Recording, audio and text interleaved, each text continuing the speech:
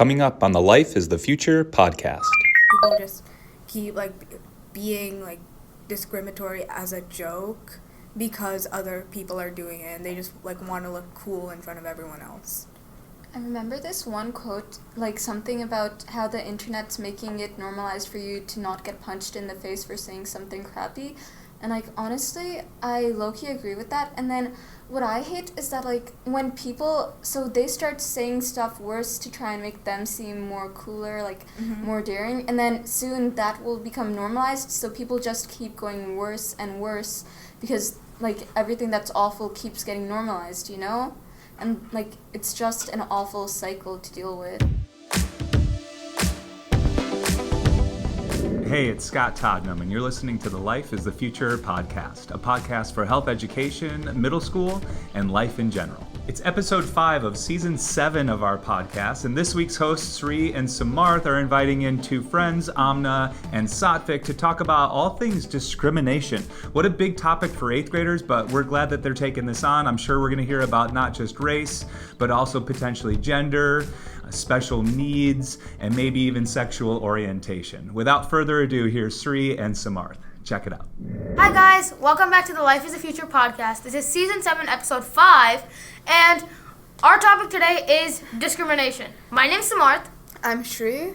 And these are our guests. Satthvik.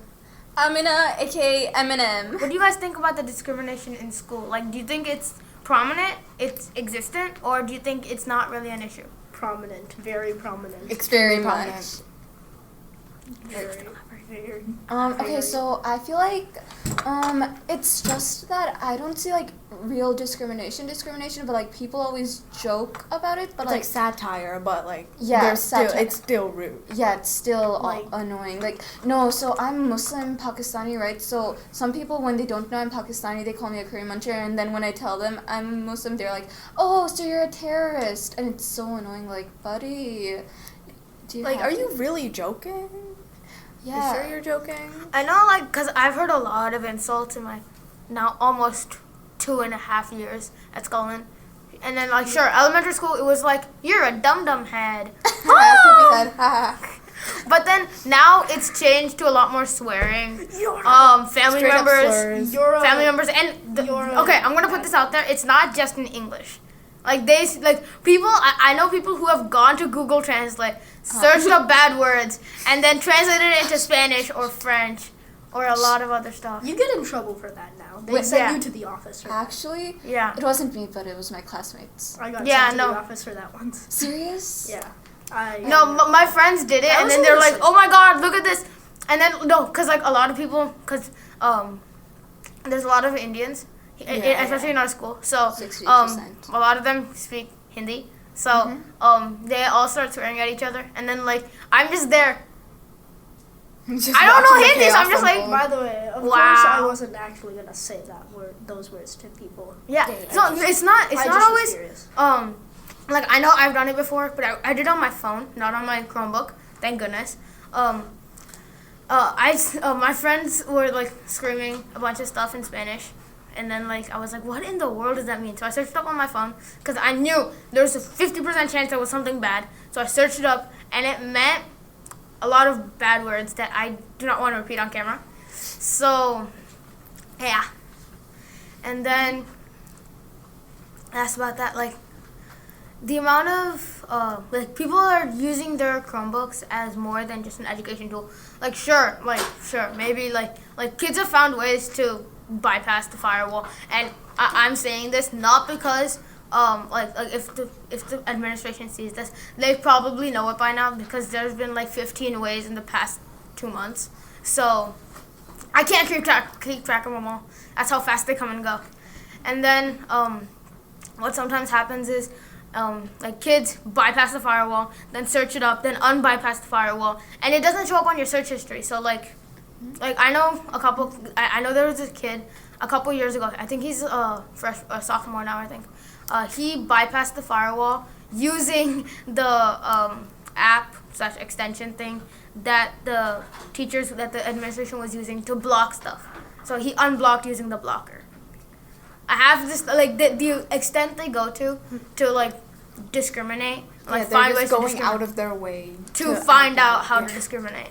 They I felt like that find kind the of cure to cancer just to discriminate against someone. Honestly, like, if you did that, I would be happy because, hey, you found a cure. But, like, the fact that you went that far out, like, you probably went and got a medical degree. It's like, let me just finish this 10-year course at Harvard just to find a way to discriminate against my friends. Trust me. So I feel like I don't really like how people always discriminate in the hallways because, like, so I do Peer Buddies PE where we work with special needs children, and so children are at different levels, but, like, they all still have emotions, and so some of them, like, I've heard them repeat some foul words like racism, words against people's body types, etc. So, like, it just, you know, that feeling when you realize that they're being discriminated against, that random people in the hallways are calling them this stuff, or they're hearing that from other people, and now they're calling people this, or, like, now they're hurting because of that, it just doesn't strike well. Yeah, it's just, like, so commonplace that they're picking up on it. I feel like, yeah, that's a good topic, because I see, like, with, like, special needs people, I notice, like, my classmates and stuff, they're, like, faking being nice as a way to mock them. Yeah. Like, they're, like, pretending to be, like, their best friend. There's nothing wrong with being friends with special needs people, but they're, like, it's so obviously faked, and, like, they're forcing themselves to try and, like, be extremely nice just because, like, they think that the special needs kid won't know the difference between, like, fake nice and real nice. There's this one time I was walking down the hall, it was the end of school, and then I just hear someone yell out the N-word after sneezing. And that's so common, yeah. Yeah, it's not even, like, if I hear it, I know. And I know it was an I see, like, I hear the R word a lot, too, on the I bus, think, too. Yeah, and I think people, like, look at it as a varying, like, a swear word tier list, so to speak. And it's, like, N-word is, like, at the very top. Then Whoa, comes you're the so cool for yeah. being mean to others. Yeah, and then Whoa. after the N-word comes the F-word, then there's, like, after that's, like, No, the every R other words word. after. And then after, yeah. like, every other word. Like, if you say those, And you're like, F. yeah, whatever. Like, I've heard people swearing, they're, like, they say it, and then they just walk up to the teacher and act like nothing happened. And it's, like, some, like, teachers hear it. And I'm sure teachers hear it, because one time my friend swore in social studies, and then, like, He got a detention. yeah. Yeah. Yeah, it's like slurs are like It was swears repealed part because he 2. didn't say it, someone else did. Yeah. This is random, but, like, so I had this one friend in GSA, and so remember last year when they were, like, giving out stuff to support GSA? Yeah, so my friend, she was, they were helping for 8th grade lunch back when they were in 7th grade, and so some random person, they were, like, trying to be homophobic, but they ended up saying the N-word, like, you can't even use the right insult, like, Yeah, they what? just want to be rude. They're just trying to be so hard to hate. Yeah, it's so stupid, like, don't you have better things to do? Yeah. Yeah, also, I'm not backtracking to what you said about Peer Buddies. I think it's not just being nice to the kids who have different needs. I think it's also to the kids, like, I know, it's the kids who want to help. Like, I know when I just joined PE this quarter. I was in health last quarter, so second quarter I joined, and then they were talking about Peer Buddies and how you can still join. So I was just talking about how I might do it, and then there's a bunch of kids that just walked up and they're like, "Oh, really?" So that and then, like, I don't know, I know they're joking around, but they just flat out said, "Oh yeah, but then who's gonna be your buddy?" Like, say, calling me special needs. Sure, I'm not. I'm pretty sure I'm not. But I don't think that that's the way for them to go. Like, that's just flat out mean, because it's like, and then, like, on top of that, I know this special, like, there's a lot of popular kids in special in Peer Buddies, and I know, like, sure, like, they might be honestly trying, like, yo, I want to help out these kids, but I know half of them, and then, like, they're always talking about, oh, look, you know, there's this special needs kid, who was just doing this, and they're just constantly making fun of the people, like, it's like they're sending a spy to gather more information so they can hate against the they're like even more. They like go there to help, and then all they're doing is like pointing out like how like tough it is. Like, if you're gonna work as a peer buddy, you have to be prepared for it to be a little more tough. Yeah. And honestly, I've been doing it for both quarters, right? And I feel like it's honestly way easier than normal PE. Last quarter, we had like a tight-knit group of people. They were super nice. We all got along. We all helped out. This quarter, I am noticing more people are joining just to skip PE and all of that. But like, they do make fun of the children a lot. Like, so some of the children might have reactions, like nervous reactions they can't control. And so then they start mocking the child. Like, what happened if your parent, like, something happened to them in the middle of class and you just realized and you have to run out because you're worried, and then people start making fun of you? Like, what? I think it's not just them like doing it because, hey, I'm mean-spirited and my soul thinks and that I'm a bad person. I'm a bad person, truly. It's not always that. Like, sometimes it's just attempting to fit in and attempting to be the most, it's not even sometimes most popular kid, just like more accepted. Because if you, like, some people, I know my dad told me this a lot. There's two types of people. One that will put you down to make themselves look greater, and one that will put themselves up to make themselves look greater. At the end of the day, almost everyone fits into one of those two categories. And a lot of the kids now are deviating more to the first option, where they want to put you down so they look better. Because in like the social rankings of the school, popular kids, they always try to shut everyone else down so that they rise higher. Like, the higher you go, the lower everyone else looks. And then if you put them down even more, then like there's nothing else you can really do. Yeah, I like our swearing episode about swearing in school. I like that. Like, it's the same thing. People just keep like being like discriminatory as a joke because other people are doing it, and they just like want to look cool in front of everyone else. I remember this one quote, like something about how the internet's making it normalized for you to not get punched in the face for saying something crappy.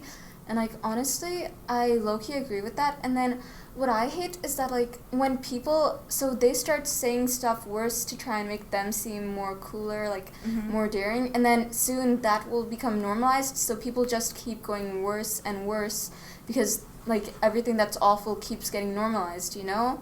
And, like, it's just an awful cycle to deal with.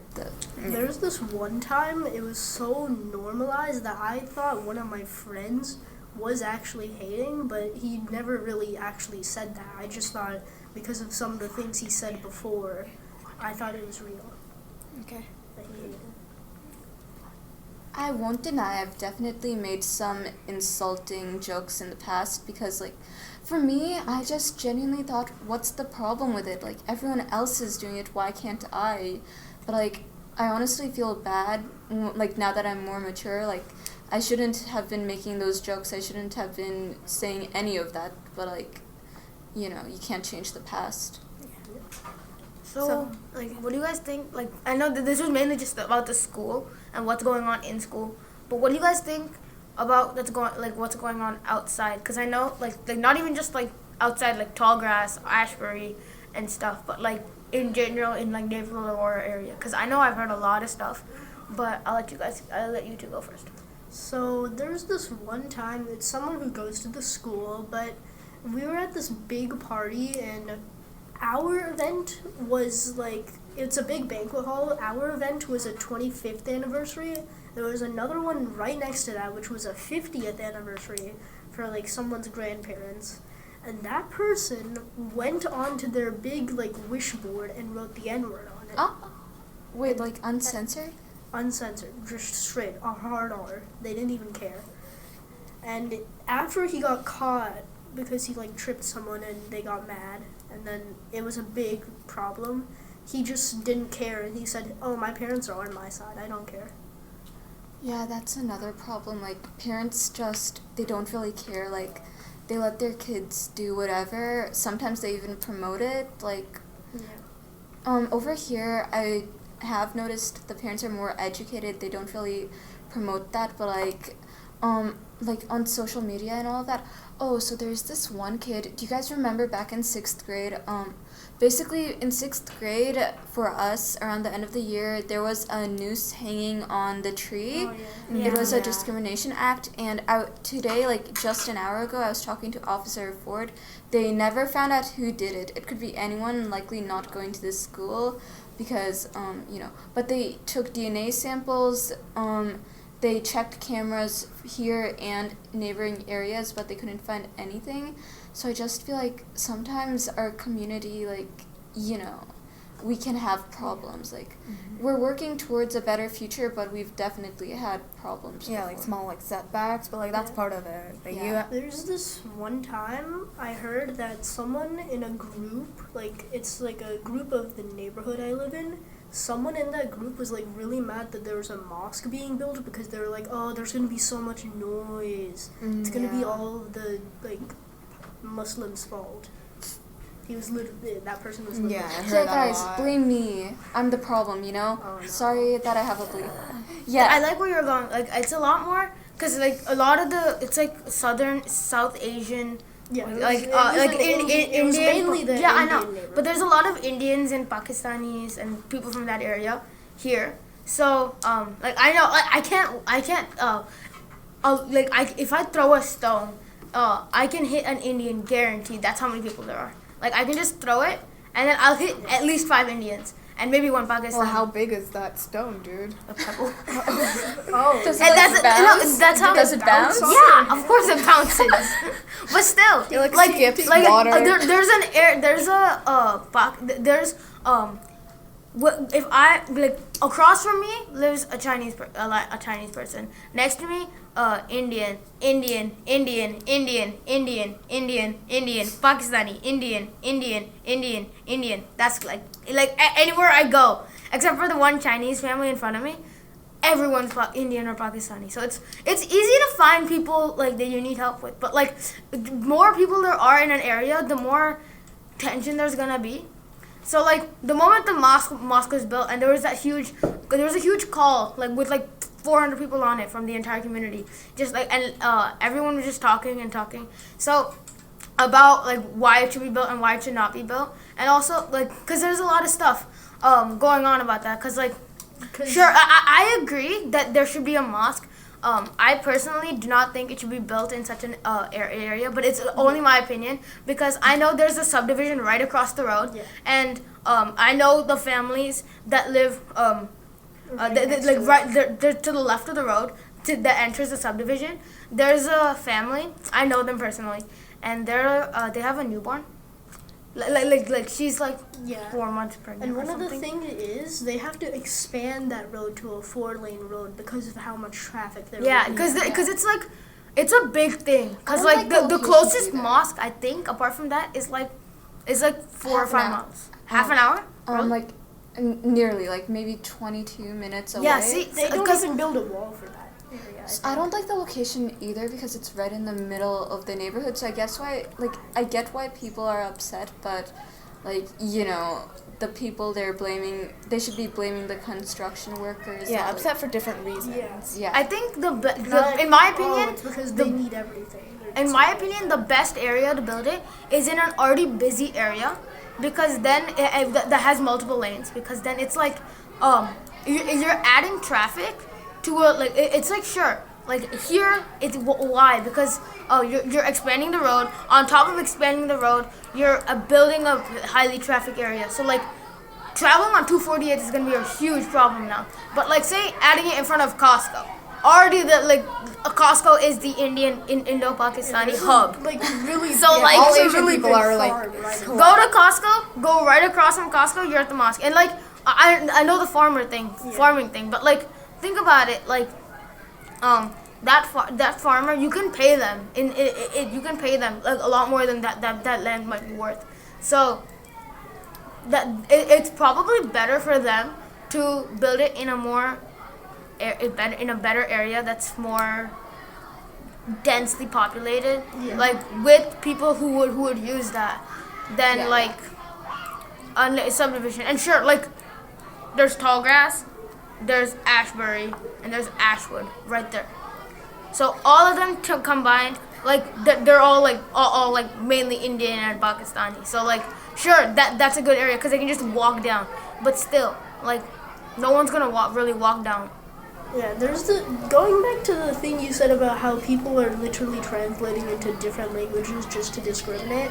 There was this one time I go to this other math class, And it was last year, a lot of those people, they were Chinese, and they would say in Chinese, they would just yell, I don't really want to say they would just yell it over and over. It was so annoying. It's so weird. I think Some of them would just insult me. the issue is, even in the community and like internationally too, it's all about like what, like, cause I know like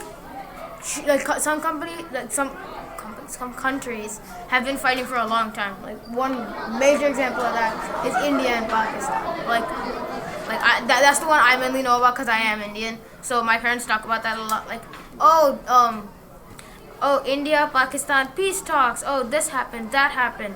Like, I know all about that because that's the main area of focus for me and my parents when me and my parents are talking.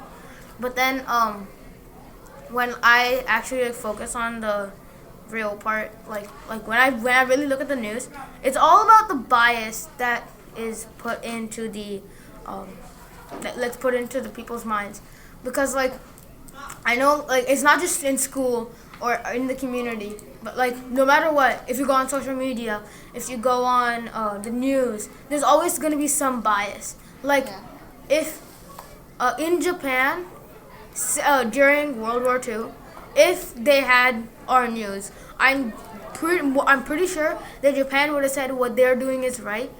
Like even in Germany, they would have said what the Nazis are doing is right, because that's their bias. And then if they put that into young minds, then that's what they're going to grow up to believe. That's what Hitler did with his. He did the Hitler Youth, and then they would like they would like take Jewish babies and like that's ruining everything. Yeah, they would like take Jewish babies and like take them away and teach them different things.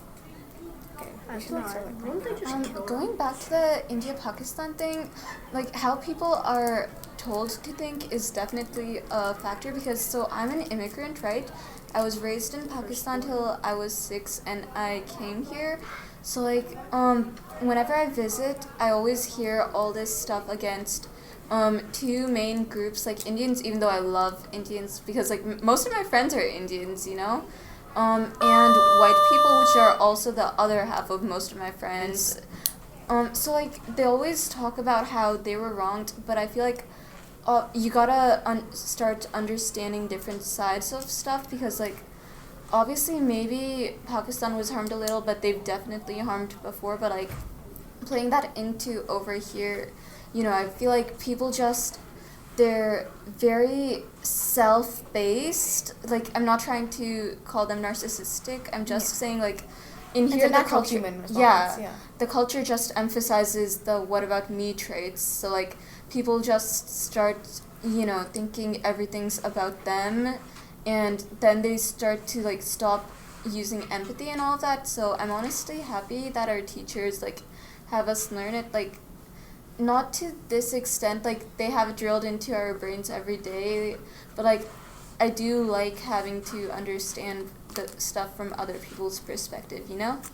I think the good part about going to, I know my teacher, a chief teacher, he doesn't do second step anymore, because he thinks that it's not, he doesn't think that's a waste of time, but he thinks, since I know I've done second step since second grade when I first got a Chromebook. Yeah. Then that's when like electronics took a full effect. Before that, the smart board was like a holy grail.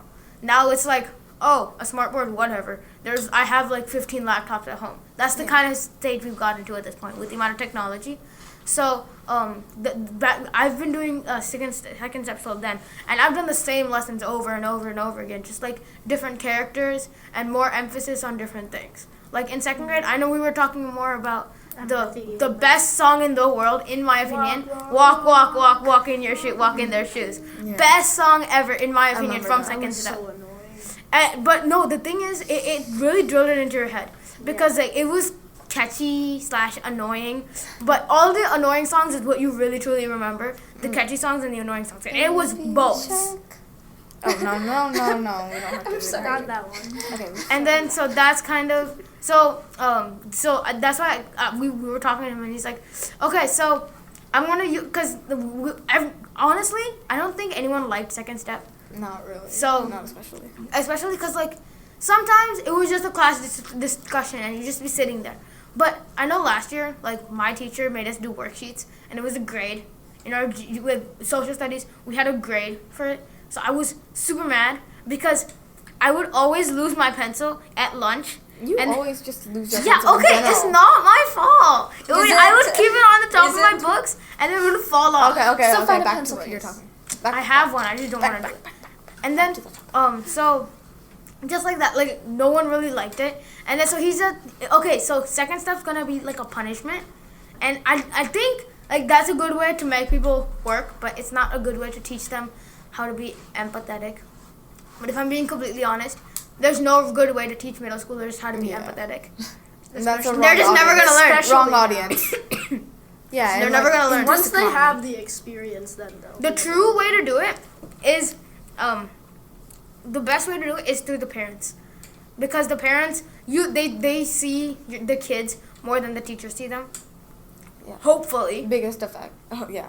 hopefully, unless the kids are like staying from like 5 to 5, 5 to 8 or something. I've done that before. Or like if That's not good. steps parents or any of that. Yeah. Yeah. Okay.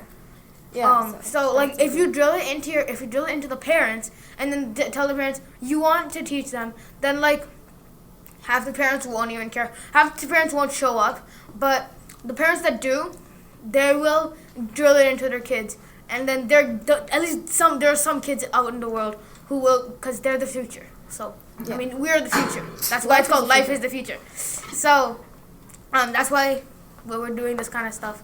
And then at least we have some kids who will grow up to be empathetic and then drill it into their kids. And then we won't have as many empathetic kids later on, but that's when we drill it into more parents.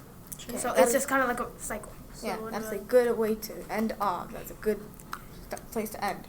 Yeah. Nice. So any closing statements? That was a good closing statement, I think. Okay. Yeah. Nice. Okay. So thank you guys for joining us again for Life is the Future podcast, season 7, episode 5. My name's Samarth. Sree. Satthvik. Amna. And then thank you for joining us, and we'll see you next time.